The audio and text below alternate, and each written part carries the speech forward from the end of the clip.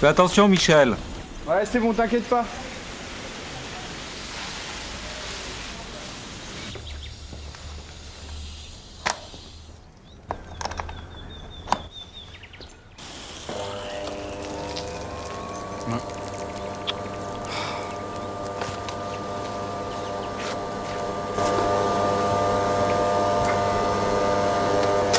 Michel, alors?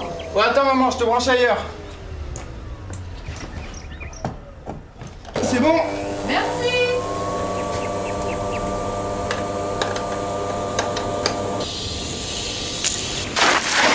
Oh, Michel, tu peux pas faire attention. Ah mais je savais pas. Bah écoute, quand on branche une prise, il faut savoir où va le fil. Ouais papa.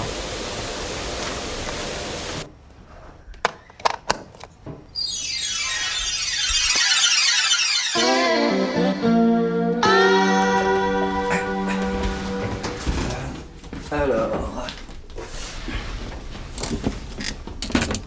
Oh bah c'est rien ça, bon. T'en fais pas, dans 2 minutes tu pourras faire ta vaisselle. Pas la peine d'appeler le dépanneur. Oui, mais fais attention, Patrick. Oh ça va, y a juste un fil à revisser.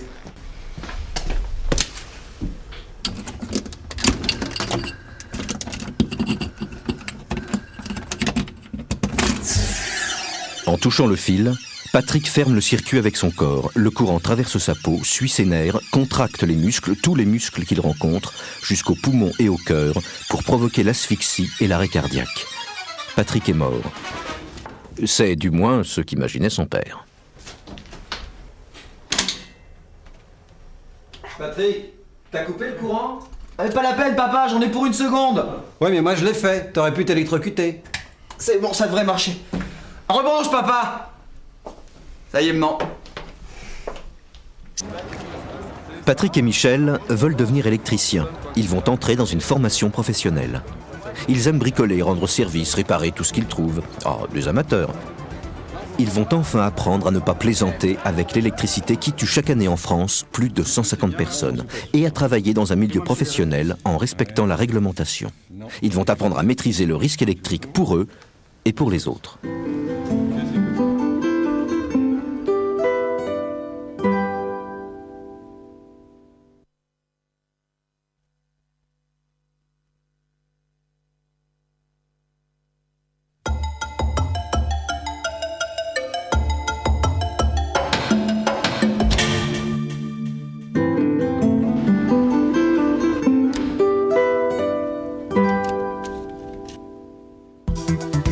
Chez eux, Michel et Patrick aiment bien bricoler, mais ils le font sans prendre de précautions. Oh, Michel, tu peux pas faire attention. Ils désirent devenir électriciens et vont apprendre à tenir compte des textes réglementaires qui ont pour but de prévenir les accidents liés à cette énergie invisible qu'est l'électricité. Quelques mois plus tard, ils ont commencé à acquérir les premières notions qui les rapprocheront du monde professionnel. Non, là il y a quelque chose qui va pas. Tu vois? Oui, ça va. Ouais. Regardez, nous sommes dans une entreprise. Cette machine est sous tension. L'électricien qui doit effectuer un certain nombre de mesures porte les équipements de sécurité individuels. Chaussures de sécurité, lunettes, gants. Il se sert d'outils isolés. Rien qu'à voir ses gestes et son équipement, on peut deviner que ce professionnel intervient en présence de tension. Dans une situation de formation, les gestes et les équipements de sécurité sont identiques. Ok, vas-y.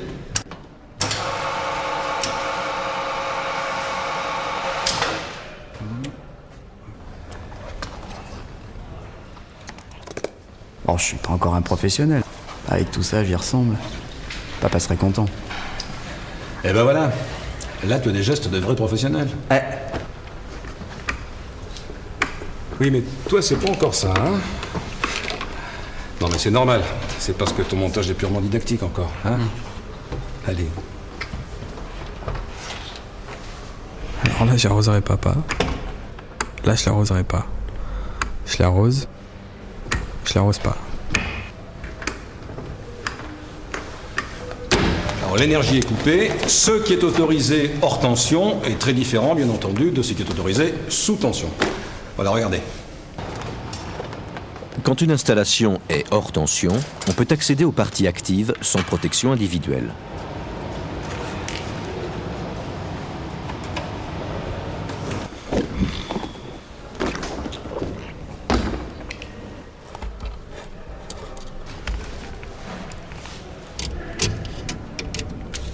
là, si on remettait le courant, aïe, brûlure, muscles contractés, poumons paralysés, paf, cœur arrêté. Monsieur, j'ai fini là. On peut essayer? Attends, je vérifie. C'est à moi de remettre sous tension, puis ça se remet pas comme ça, fais voir. Voilà. Comment vous voyez ça là? Bon, c'est une question d'habitude, à toi aussi tu sauras. La mise hors tension et la mise sous tension se font toujours selon des règles bien précises et strictement appliquées sur autorisation. Et si je respecte ces règles, ça peut me sauver la vie. Ah bah oui. La tienne et celle de tes voisins. C'est ce qu'on appelle la consignation et la déconsignation. Le prochain épisode vous en apprendra les règles.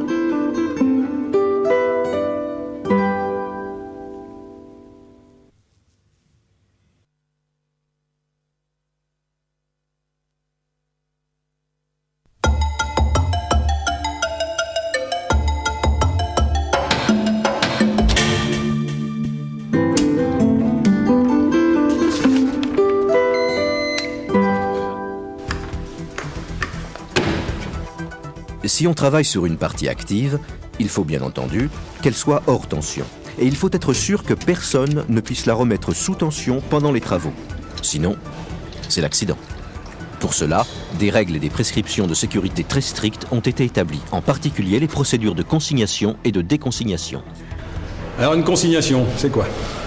Bah c'est simple, une consignation, c'est quand on coupe le courant au sectionneur. Au sectionneur. Ah ouais, mais on est sûr de rien. Quoi, je sais pas, quelqu'un peut venir, il voit pas qu'on travaille sur la machine que hors tension, surtout si elle est éloignée du dispositif de coupure. Et puis rien n'empêche de remettre le courant, quoi. Là, ça craint un peu. Ah ben, y a qu'à verrouiller tout ça. Comment? Ouais, avec un cadenas ou quelque chose. Avec un cadenas. Tiens, ça tombe bien.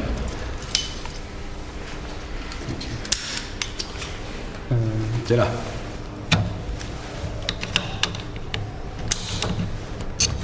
Bah ouais, mais si quelqu'un a la clé, il peut se croire autorisé à enlever le cadenas. Ah. Bah alors y a qu'à l'avertir que la machine est consignée et puis que quelqu'un travaille dessus. Mais comment? Bah, je sais pas moi. Un écriteau. Un écriteau. Vous avez de la chance, voilà. Cette fois, la remise sous tension devient très difficile. Il y a 2 interdictions à braver. Administrative, le panneau, et physique, le cadenas. Mais nous ne sommes pas encore en sécurité. Pourquoi? Bah ouais, pourquoi? Vous êtes bien sûr d'avoir coupé le courant? Bah ouais, regardez là, c'est coupé. Et si vous n'aviez pas coupé le bon circuit? Bah, Oui, ici c'est simple parce que vous êtes dans une situation pédagogique, mais dans une entreprise c'est plus complexe. Hein. Regardez. En effet, si on ne peut pas suivre visuellement le circuit qui devrait être coupé, tous les risques sont encore possibles. La consignation n'est pas encore complète. Il vous faut donc un plan du circuit électrique. Voilà. ouais, et identifier le circuit. Oui, Et après, ce serait peut-être bien de vérifier qu'on a identifié le bon circuit. exactement. C'est ce qu'on appelle la VAT, la vérification d'absence de tension. Avec ceci. Si. Ok. Ah mais attendez, passez vite. Hein. Il faut d'abord vérifier le vérificateur. Ah ouais, pas si bête, hein. Ah oui. Bon, on appuie sur le bouton là.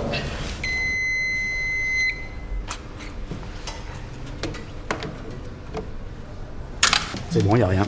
Oui, c'est bon, sauf que qui vous dit que votre appareil n'est pas tombé en panne après votre vérification. Alors qu'est-ce qu'il faut faire? Il faut le vérifier. Encore une fois. Et voilà.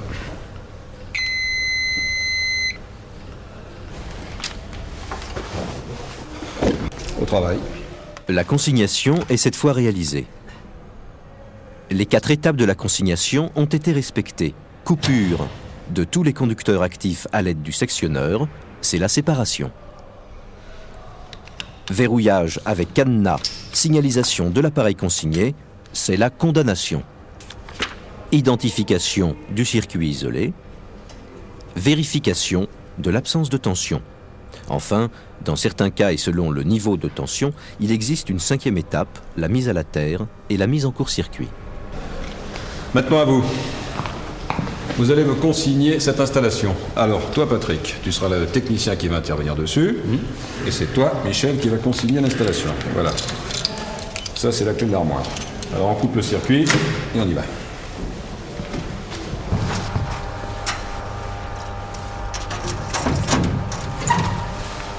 Voilà. Alors, je coupe lequel? Atelier sous système. Voilà. Je mets le cadenas.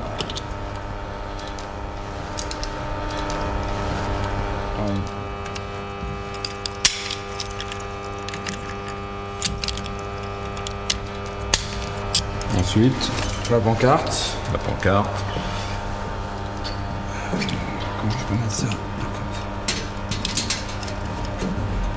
Et voilà. Voilà. Et après? Ah.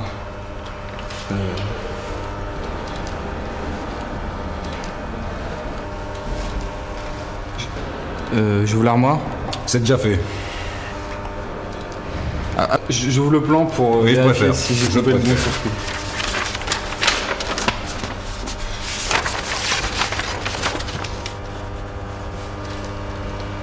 Ouais, mais là on voit plus où ça va. Alors, qu'est-ce qu'on fait? Alors, on fait la VAT pour vérifier. Exactement. Et au plus près du lieu d'intervention. D'accord? Ok. Bien.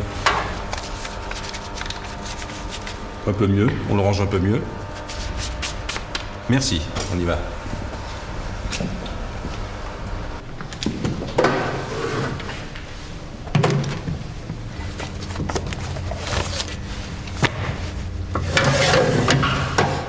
C'est bon, je peux ouvrir? Ah oui.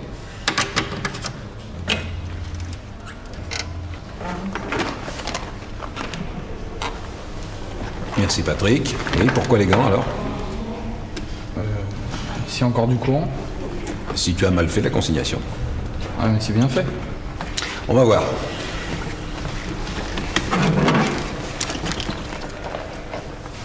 Merci.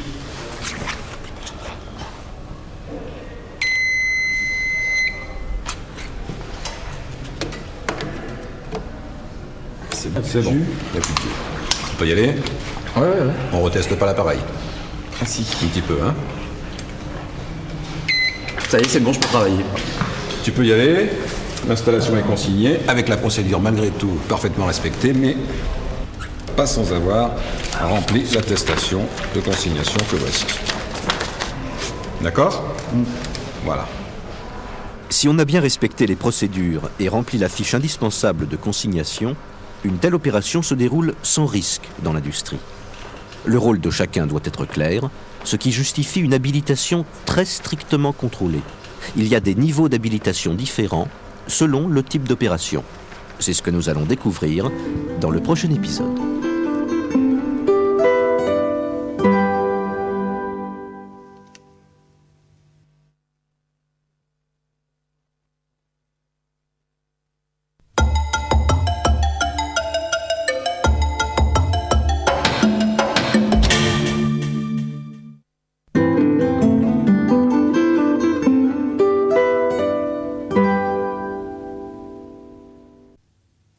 Michel et Patrick se sont livrés à une sorte de jeu de rôle. L'un jouait l'intervenant, l'autre le responsable de la consignation. Ils n'avaient donc pas simulé le même niveau d'habilitation, bien qu'ayant le même niveau de connaissance en électricité. Quels sont donc ces différents niveaux d'habilitation? C'est ce que va montrer cet épisode. Au lycée, nous sommes dans un environnement d'apprentissage. Vous devez effectuer toutes les manœuvres nécessaires. Bien sûr, moi je suis là pour contrôler et puis pour vous préparer à l'habilitation. Mais dans une entreprise, vous en doutez, les choses sont un peu plus complexes et c'est ce que nous allons voir. Ce maçon n'effectue aucune opération électrique. Il pose des dalles en béton dans un local électrique. Pourtant, comme il travaille dans un espace réservé aux électriciens, il est habilité B0. Ah ouais, mais si c'est un ingénieur qui rentre dans le local? Bah c'est pareil. Il est B0 comme le maçon. Bien sûr, le niveau d'habilitation ne dépend pas du tout du niveau hiérarchique, ni même des études. Il dépend simplement de la connaissance des risques électriques, et puis bien sûr du rôle attribué à l'intérieur de l'entreprise. Voici un électricien. Il vient installer une prise de courant dans un local électrique. Cet électricien a été habilité à travailler sur des parties actives mises hors tension. Il est habilité B1. Mais l'installation, là, elle a bien dû être consignée. On l'a pas vu faire. Bah, c'est peut-être un autre qui l'a fait. Bah oui, mais qui? Monsieur, on comprend pas bien, là. Bien. Un technicien habilité B1 peut travailler sur une installation. Mais il ne peut pas prendre la responsabilité de consigner cette installation, ni même d'ailleurs de faire la demande de cette consignation. C'est un chargé de travaux habilité B2 qui doit faire la demande de cette consignation, et c'est un technicien spécialement chargé des consignations qui doit l'effectuer. Est-ce que tu pourrais me consigner le départ TD04 ? Ce technicien doit organiser le chantier. Il sait qu'il va falloir agir dans le local électrique. Il a donc prévu de consigner un circuit d'alimentation du local. Il demande la consignation de l'équipement au chef d'exploitation de l'entreprise. Entendu.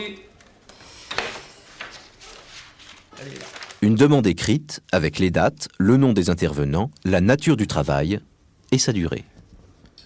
C'est le chargé de travaux, il se rend sur les lieux, il est habilité B2.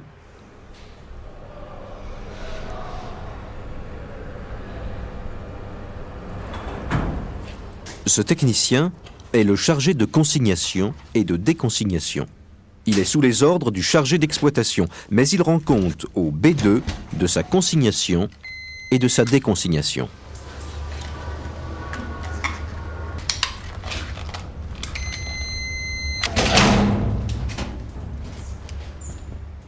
Il est habilité BC.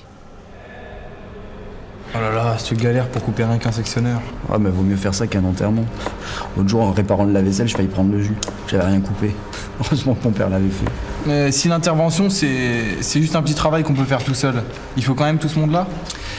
Oui, c'est vrai qu'ici la procédure est complexe parce qu'on perturbe une armoire existante qui conditionne la production d'une partie de l'entreprise. Cet électricien va effectuer une intervention ponctuelle.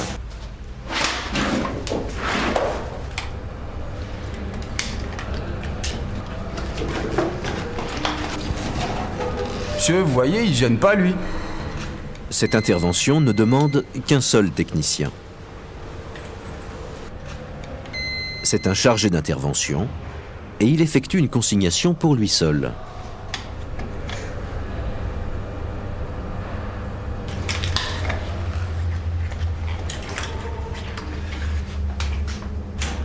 C'est un technicien habilité BR. Si c'est, moi je sais pas, un peintre qui doit faire un petit raccord de rien du tout, il doit être habilité lui aussi? C'est ce que nous allons voir. Si l'intervenant n'a aucune habilitation, ce peintre par exemple, il doit être accompagné d'un surveillant électrique pour pouvoir entrer dans le local sous tension réservé aux électriciens qui peut comporter des parties actives accessibles. Mais monsieur, pourquoi il l'arrête là? Mais parce qu'il est trop près des parties actives. Il faudrait un peintre habilité. Et en plus, habilité V. V comme voisinage. Bah voilà, lui il est B0.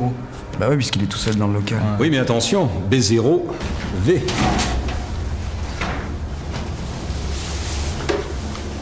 Ce peintre peut travailler à moins de 30 cm des parties actives d'une installation électrique restée sous tension. Il est habilité B0V.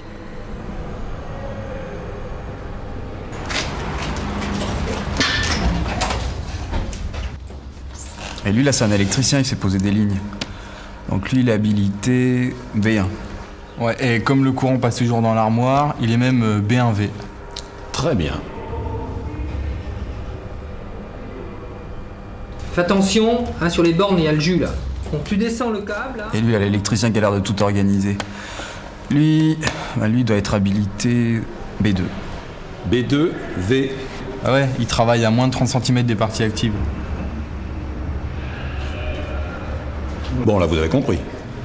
Bah, Ouais, enfin, on pourrait peut-être reprendre un peu parce que c'est pas toujours très clair quand même. Si vous voulez, vous savez, c'est très clair. Hein. Tout est dans le recueil. Hein? Bon, on va quand même reprendre. Les différents niveaux d'habilitation sont donc les niveaux B0, non électricien, B1, électricien exécutant, B2, chargé de travaux, BC, chargé de consignation, BR, chargé d'intervention. Seuls les BR et BC peuvent effectuer des opérations de consignation, mais le BR de façon locale et pour lui-même seulement. Si ces techniciens doivent travailler au voisinage d'installations sous tension, ils sont habilités V, voisinage, soit B0V, B1V, B2V. Si l'intervenant n'a aucune habilitation électrique, il doit être accompagné d'un surveillant. Eh monsieur, c'est vous qui allez nous donner ces habilitations? Ah non. Regardez. Je vous propose pour le poste que vous allez... C'est l'employeur ou son représentant qui délivre l'habilitation à son personnel. C'est la reconnaissance de la capacité d'une personne à accomplir en sécurité les tâches fixées. Vous signez votre habilitation? Merci, madame. Le travailleur s'engage à respecter les prescriptions de sécurité et à signaler les équipements défectueux. Il est donc normal que ce soit l'employeur qui est responsable devant la loi qui décide de l'habilitation. D'abord parce que chaque entreprise a ses propres spécificités techniques, bien sûr, et puis que chaque technicien a ses propres fonctions dans l'entreprise. Ah ouais, moi je serais B2. Et moi BC. Et je gagnerai plus que toi. Oui, bah calmez-vous, on n'en est encore pas là. Hein. Ça ne joue théoriquement pas sur le salaire. Il faudrait d'abord voir si vous savez réagir face à une situation, et puis si vous avez acquis dans votre milieu scolaire une petite expérience, hein, un certain sens de responsabilité. Ce sera le propos du prochain épisode et ce sera à vous de jouer. On verra si vous êtes désormais capable de devenir de bons professionnels avec une expérience et une capacité d'analyse qui soit sûre.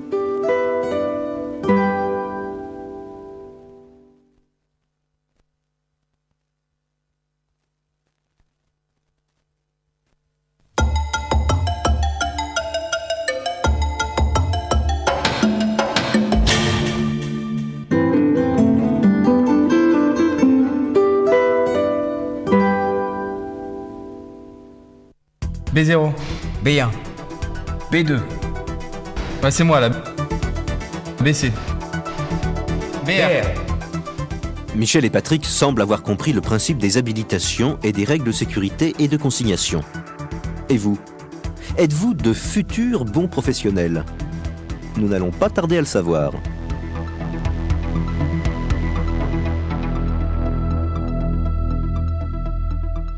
Bon, maintenant, vous allez jouer avec nous. On va peut-être faire des erreurs pendant les 4 exemples qui vont suivre. À vous de les trouver.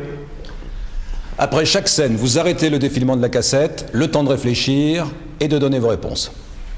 Vous êtes prêts? Alors, à votre avis, c'est sous tension? Bah. Et puis, j'ai mes gants, mon matériel isolé, mes lunettes. Allez, on y va?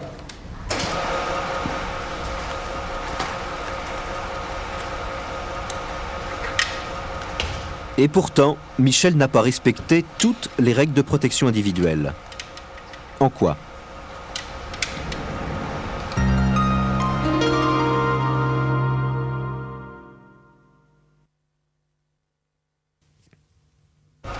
La chaînette en argent, hyperconductrice, pouvait amener le courant jusqu'à Michel et l'électrocuter gravement.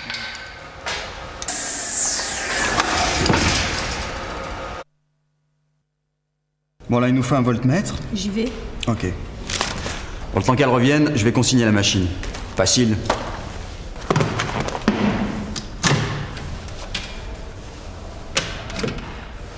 Et voilà le travail. Maintenant, on peut travailler sans danger sur la machine. Oh non! Patrick a oublié plusieurs éléments indispensables dans la procédure de consignation. Lesquels?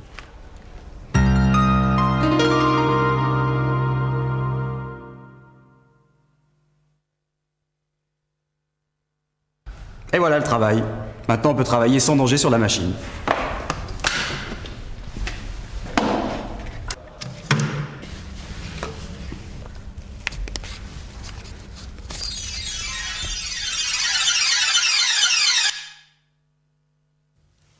Patrick a oublié le cadenas qui empêche toute personne de remettre l'équipement sous tension.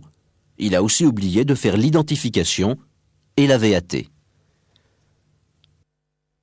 Voilà. Alors j'identifie le circuit.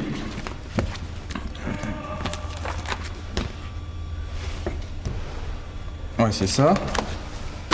Et maintenant, je fais la VAT.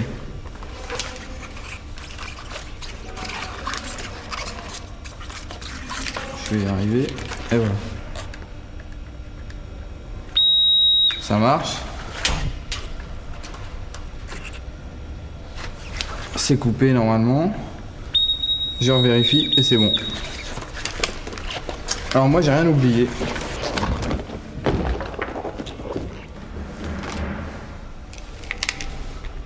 C'est parti. Michel ferait bien de se méfier. Il a fait une erreur. Laquelle?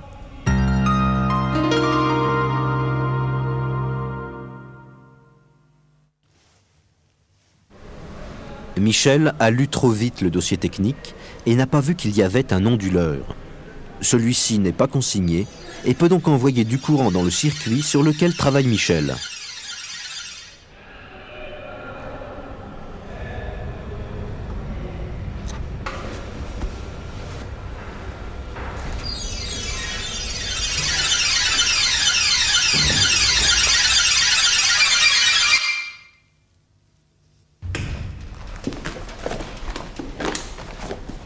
Bonjour. Bonjour.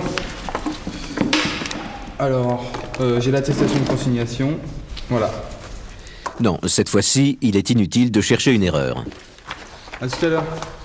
En revanche, qui de Michel, Karine et Patrick est B1, B2 et BC? Alors, Voilà le plan, le disjoncteur, l'autorisation de travail. C'est ce que tu as à faire. ok.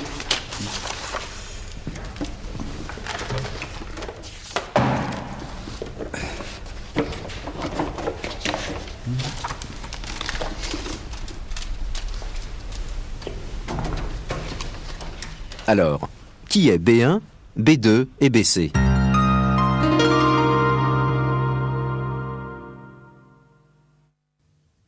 Bonjour. Bonjour. Michel est BC, le technicien habilité pour réaliser la consignation. Voilà.